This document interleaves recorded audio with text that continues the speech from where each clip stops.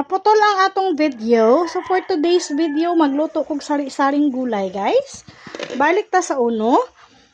Kaganina gilang gilunod na ako ang karlang. Isunod na to karon og lunod ang patatas. Kay mo ni ang next to karlang nga gahi. Yan.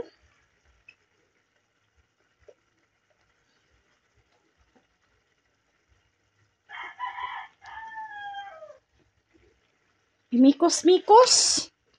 Mikos-mikos. Ayan, mikos-mikos. Mikos-mikos lang siya. Mikos-mikos.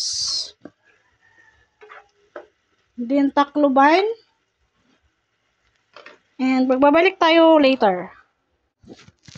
Next is ilagay natin ang sayote.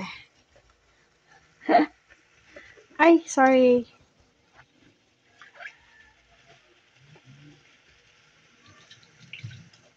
Madugangan lang nato siya gamay og water.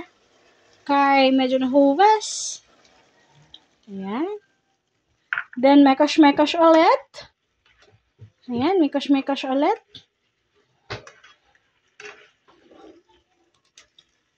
Mekosh-mekosh. Ayan, mekosh-mekosh. Sabay na natin ang batong. Ha? Papa? Paabot ako ng toyo.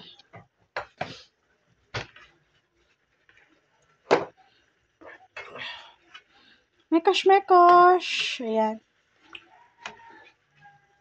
Lagyan natin siya ng konting pangkulay para hindi siya mukhang nakuratan kayang luspad.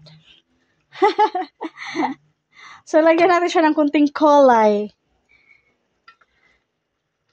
Yan, para hindi na siya mangluspad.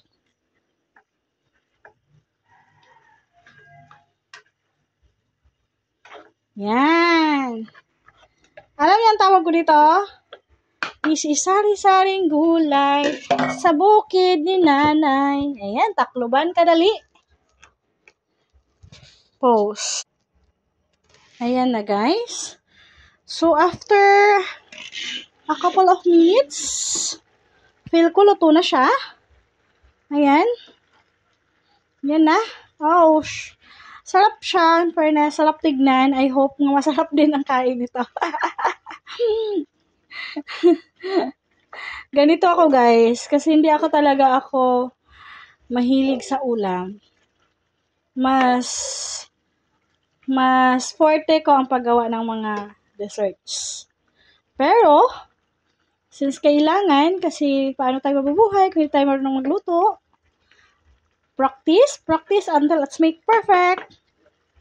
So, ilalagay na natin ang dahon. Hindi ako pwede magulay ng walang dahon, guys, kasi hinahanap-hanap ko. It's either pichay, karipolyo, kalamunggay, basta kay dahon. Kahit ano pa yan, basta dahon. Kailangan may dahon at sabaw-sabaw konti. Hahanap-hanapan ang dila ko. At saka kahit ganito lang yung hapunan ko, hindi na ako mag-rice. Happy na ako dito. Ay! Hindi lang siya diet, healthy pa siya. Kasi may karlang na eh. Ayan. I hope the presentation surpass your expectation. Charot! Pwede na ba? Makapasar na ba ni? Okay. Ayan. Luto na to. Okay na to. Okay na to. Okay na to. Masarap na to. Kain na tayo. Let's go.